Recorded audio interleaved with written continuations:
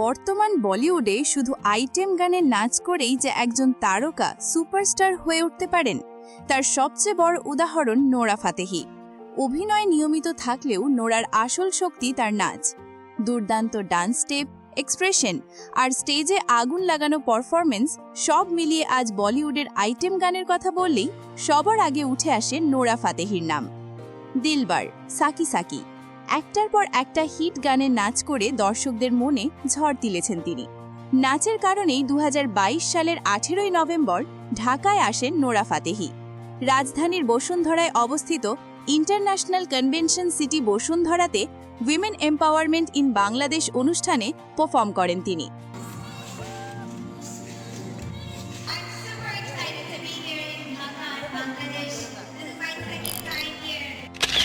মঞ্চের নাচের পাশাপাশি বাংলাদেশি দর্শকদের উদ্দেশ্যে ভালোবাসার কথাও বলেন নোরা।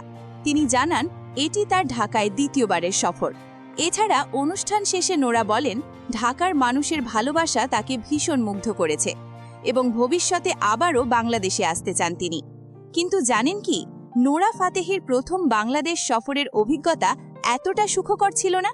একটি টেলিভিশন শোতে নিজের মুখেই সেই ঘটনা শেয়ার করেন এই বলিউড তারকা। सुंदरबन में शूट कर रहे थे बांग्लादेश में। को एक्टर था तो वो बदतमीज था मेरे साथ, तो मैंने थप्पड़ मारा उसको, फिर उसने थप्पड़ मारा मुझे। নিজের সিনেমা অ্যান্ড অ্যাকশন হিরোয়ের প্রচারণায় আয়ুষ্মান খুরানার সঙ্গে দ্য কপিল শর্মা শোতে হাজির হয়েছিলেন নোরা।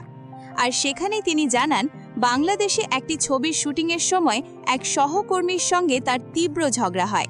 পরিস্থিতি এতটাই খারাপ হয়ে যায় যে এক পর্যায়ে নোরা ওই সহশিল্পীকে চড় মারেন, আর পাল্টা প্রতিক্রিয়ায় ওই সহশিল্পীও নোরাকে চড় মারেন। ঘটনা এখানেই শেষ হয়নি।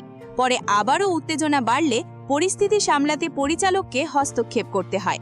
তবে ওই সহকর্মী কে ছিলেন, তিনি বাংলাদেশি নাকি ভারতীয়, এই বিষয়ে কোনো নাম বা পরিচয় প্রকাশ করেননি নোরা। জানা যায় রোয়ার টাইগার্স অব দ্য সুন্দরবন ছবির শুটিংয়ের মাধ্যমেই নোরা ফাতেহির প্রথম হিন্দি ছবিতে কাজ শুরু হয় এবং সেই ছবির শুটিংয়ের সময় তিনি প্রথমবার বাংলাদেশে আসেন। সব অভিজ্ঞতার পরও দ্বিতীয়বার ঢাকায় এসে বাংলাদেশি দর্শকদের ভালোবাসায় আপ্লুত হন নোরা ফাতেহি। তিনি স্পষ্ট করে বলেন ঢাকার মানুষ যেভাবে তাকে গ্রহণ করেছে তা তার জন্য সত্যি অনেক আনন্দের। ভবিষ্যতে সুযোগ পেলে আবারও বাংলাদেশে আসতে চান এমন আগ্রহ প্রকাশ করে গেছেন এই জনপ্রিয় বলিউড নৃত্যশিল্পী। তো বন্ধুরা, এটাই ছিল নোরা ফাতেহির বাংলাদেশ সফরের অজানা গল্প। আপনার কি মনে হয় এই ঘটনার পরও কেন তিনি বাংলাদেশকে এত ভালোবাসেন? কমেন্টে জানাবেন।